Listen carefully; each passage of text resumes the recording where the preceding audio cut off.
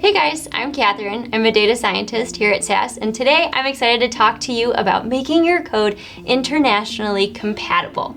Now, what does this mean? Well, in my experience, I've worked on creating SAS models that can work with an international audience. And that means you're getting data with different languages embedded into it. And I need to make sure that my SAS code can handle all of these different languages. Now, SAS has introduced some special functions that allow you to work with different types of character data. And I say different types because we've got single byte character data, double byte character data, and multi-byte character data. And if you don't know what that is, we'll get into it in just a second. But I am excited to show you guys today about some of those functions that are available to you as a light introduction into getting your code internationally compatible. So let's dive in and look at the documentation just to get our feet wet in what does it mean to work with internationalized compatible functions. Okay, so to get started with internationalization compatibility, I wanted to show you guys the documentation that SAS has. Now, there is a link in the show notes that you can come to the documentation as well, but I want to call out a few key components to think about while you're working with internationalization functions. The first one being is, why do we have these internationalization functions? And highlighted on the screen is just what SAS says. Many of the original SAS string functions assume that the size of the character is always 1 byte. Now, this is not always the case. There is and are other languages and character sets that have letters and characters that are more than 1 byte. And this is where SAS has introduced K functions, and K functions allow you to work with that double byte and multi-byte character data a little bit more carefully.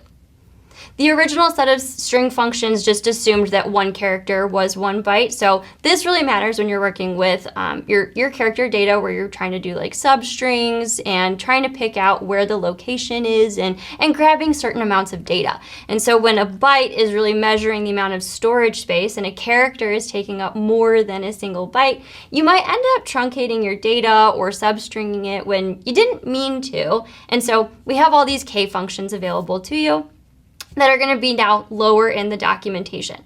So I do encourage you to come to the documentation and read a little bit more about the byte-based and character-based offsets, but we'll see some examples later on with our different functions.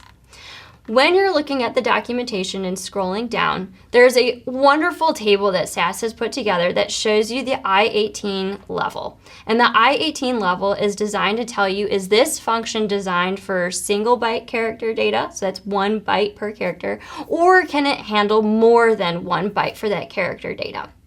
And so we've got I18 level 0, which is really just for those single byte characters. We've got I18 level 1, which is really, you should avoid it, but it can work under certain circumstances, so just be cautious. And then level 2 is really where the money's at. We want to be able to work with level 2 as much as possible because that handles single byte character data, double byte character data, and multi-byte character data. So I do recommend, and one of the things that I've focused on when I've been implementing my models here at SAS is working with those level 2 functions when they are available. So if you're looking at this table, it does have all the different string functions that are available to you, and it has the column for I18 level 0, 1, or 2, and there's an X in that particular column. And so if you scroll down, I'll point out just a couple of the functions that I use pretty regularly is the cat and catx function. So you will see if I highlight this row here, it is an I18 level 2, so level 2 is that far right column. And the cat function is internationally friendly, which is great. So you don't have to always switch out to these K functions if they exist. Some of our standard SAS functions do work with all sorts of different character sets. Some of the other ones that are maybe not internationally friendly, if you kind of look at this count function here, it does have that I18 level 0. So it is counting the number of times that the specified substring appears within a character string. So what you might do is say, okay, well, I do know that there are some K functions that exist down there, and I would scroll all the way down into this whole list of tables, and you'll see that there actually is a K function. We've got KCOUNT, there's KCOUNTC, KCOUNTW, and KCOUNTX. We will get into which one you want to use and when, because I do recommend that you go to the documentation and make sure you know which function it is. It's not always a one-to-one relationship, or as simple as adding a K in front of your function, but you'll see there's pretty familiar functions in here, such as KLENGTH, KIndex, KProp, prop car, prop case. KSCAN is one that I use pretty regularly as well. So if you're using the different K functions or you're checking your code, if it's got this internationalized compatibility and you need to switch things over, the documentation here is going to be a great resource to get you started. Now, I want to show you guys some examples in SAS code using both the standard SAS string function and the K function to show kind of what they look like as different outputs, so you can kind of get an idea of what that byte-based function does versus the character-based function does. So we're going to dive right into the SAS code here.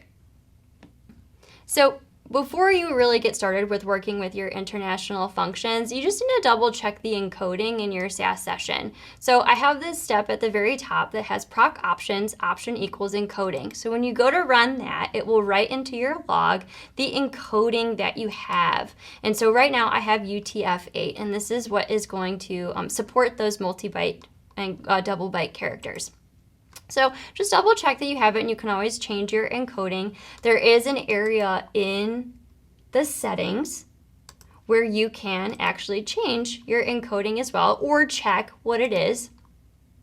And that is actually under SAS Studio, under General, and we have the default text encoding, and here you can see mine is set to the UTF-8 encoding. And now we can kind of check out an example data set. So an example data set I have here where we're just writing the same string, baseball, but I've got some of these strings have special characters on it. So the special characters, the little accents, they are going to kind of force those characters to be more than a single byte, right? There's more to the letter S when it's got a little accent on it. So when I go and run this data set, I just want to show you guys that it does come into a SAS data set. We'll look at the output, and we've got three rows where baseball is written, and you'll notice some of these differences. The first row has the L's with the accents on it. The second row has absolutely no special characters in it. And then the third row has the A, S, and E has special characters, but the L's are constant. So there's a couple of variations in here just so that I can point out a couple of examples as we get into some of our string functions later on. So just to demonstrate to you guys what the byte is versus the length, I want to use this example data set using the length and corresponding KLENGTH function. So I'll create a new data set called, we're going to just call this check length.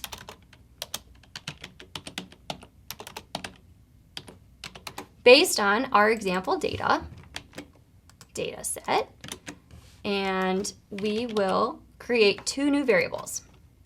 I want to create a variable called word L. We're going to call that word L for using the length function. So this is going to be length of my words variable. And then we're going to have word underscore KL for the K length, just so that we can see the difference between the two.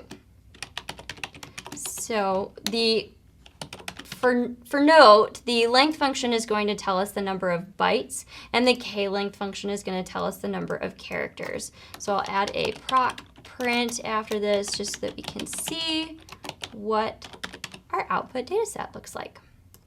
So when we go to check the length of baseball,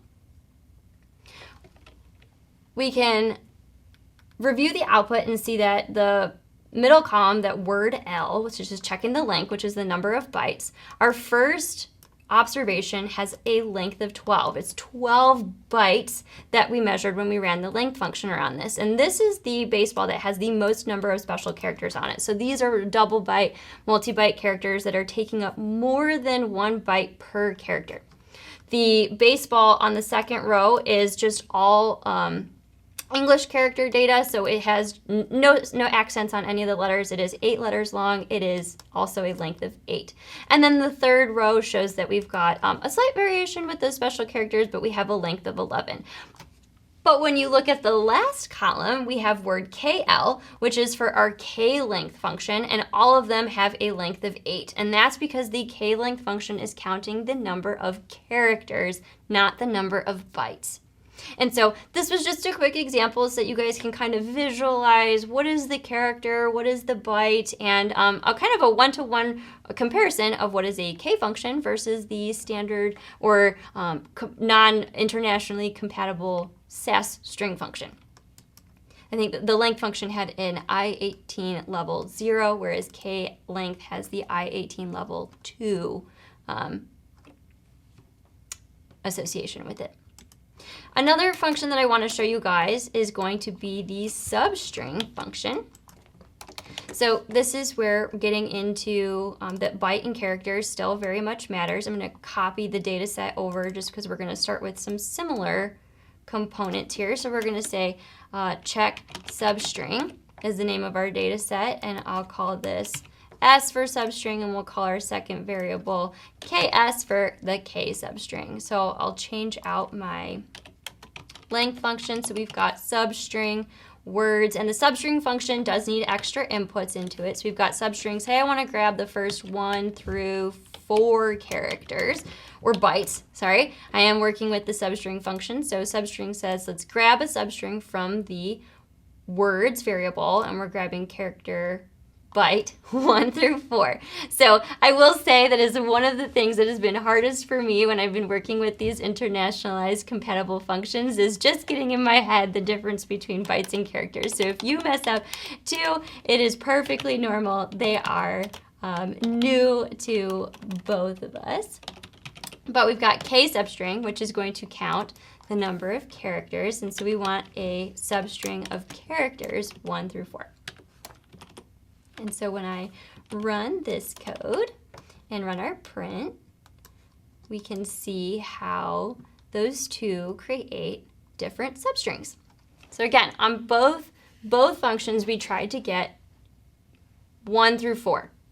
In word S for substring, we tried to get bytes 1 through 4, which is where we see on row 1 just BAS with the special character because it only has room for 4 bytes. And then on the second row, we have all 4 letters because these are single byte character data.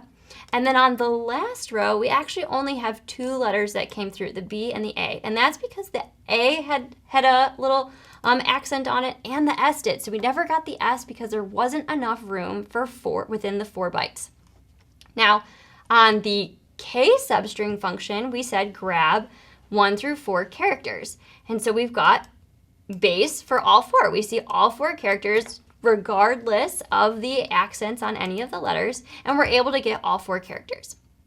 So again, this is just an example where you want to be very careful when you're working with your functions and you're working with different languages. If you're trying to grab a substring from your data, that you are using the function that is most appropriate for your use case. And in this case, if I had the special characters in my data, I would want to use the K substring function so that I got base for all 3 of my examples. The last example that I want to show you guys is using the count function. So we are going to create just a third data set here saying check count, and we want to use our same example data set. And I'm going to create my new variable called word count, and the count function, which I love it when this little pop-up shows up, it kind of tells you what the function is all about, is we want to, well actually this is telling us about the SQL use of the count function. We are using a string function in here, so I do want to use the word function. So we want, we're counting word, and we want to count the number of times the word ball appears in our data set. And then I will use the corresponding KCOUNT function to do the same. So I'll use KCOUNT word, and we're searching for the substring ball. So when I run this data set, I'll add a proc print so we can see the output again.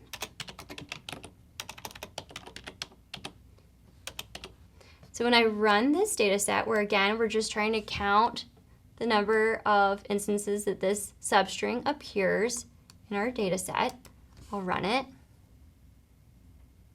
And I have an error in the log. It says the KCOUNT function has too many arguments. And that's really interesting, right? Because what we were using before, we had the length and the KLENGTH function, we had the substring and the KSUBSTR function. So I thought I needed to do the count and then the corresponding KCOUNT function. But that's where I pointed out earlier, I don't know if you caught it, but there are 4 different KCOUNT functions that you can use. There's KCOUNT, there's KCOUNTX, KCOUNTW, and so checking the documentation is really going to be your best friend to make sure you're using the correct function for your use case. And so in this particular instance, I do want to change it to KCOUNTW, but I want to just double check the documentation so we can look at some of those KCOUNT descriptions really quick. So looking at the documentation, here is the count function. So count, remember, it counts the number of times a specified substring appears within a character string. When I go down to KCOUNT, which I thought would be the instant replacement, it says it returns the number of double byte characters in an expression. That's a little bit different, right? And so let's look at the other KCOUNT functions that are available to you. You can see KCOUNTC counts the number of characters in a string. That's not quite the same.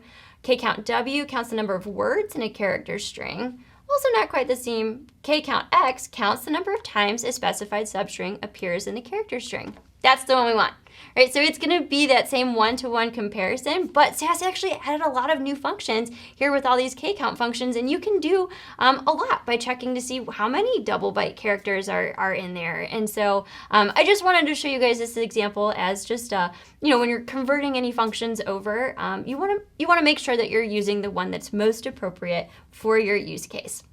So KCOUNTX is going to be our winner here. It's looking for the number of times we see that specified substring in our string.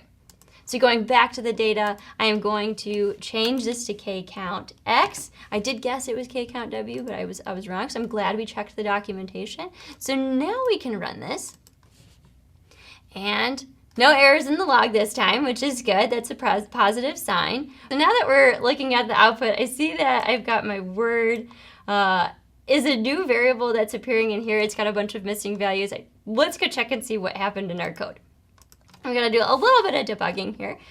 So I've got word count equals count, and then my variable I'm saying is word. And so actually what was in my data was the words variable. And so I was trying to do a function on a data item that didn't exist, just a simple typo. But we can go through and just rerun this. And now our output looks exactly how we want it to. So just a little typo that we were able to work past, but we've got, here's the difference where we're looking for the string ball.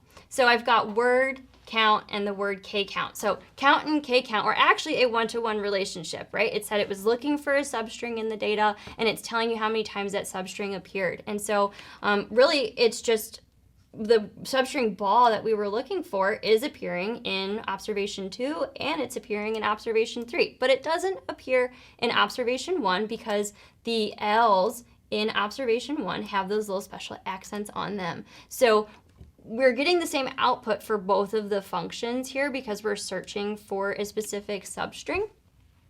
But I just wanted to show you guys that when you are trying to use a function that has a K counterpart, that you want to grab the right one that's going to answer the questions that you need. And just for fun, let's just look at what those other KCOUNT functions do. I want to show you guys just those examples really quick. So we'll have KCOUNTX as a variable, we'll have KCOUNTW. So we've got KCOUNTW. And again, we'll use the pop-up here for the documentation to help us know what's going on. So for the KCOUNTW, we can enter in a string. It's counting the number of words in the character string. So I'm going to type in the correct variable this time, words instead of word, and then we'll have word underscore KCOUNT equals KCOUNTC.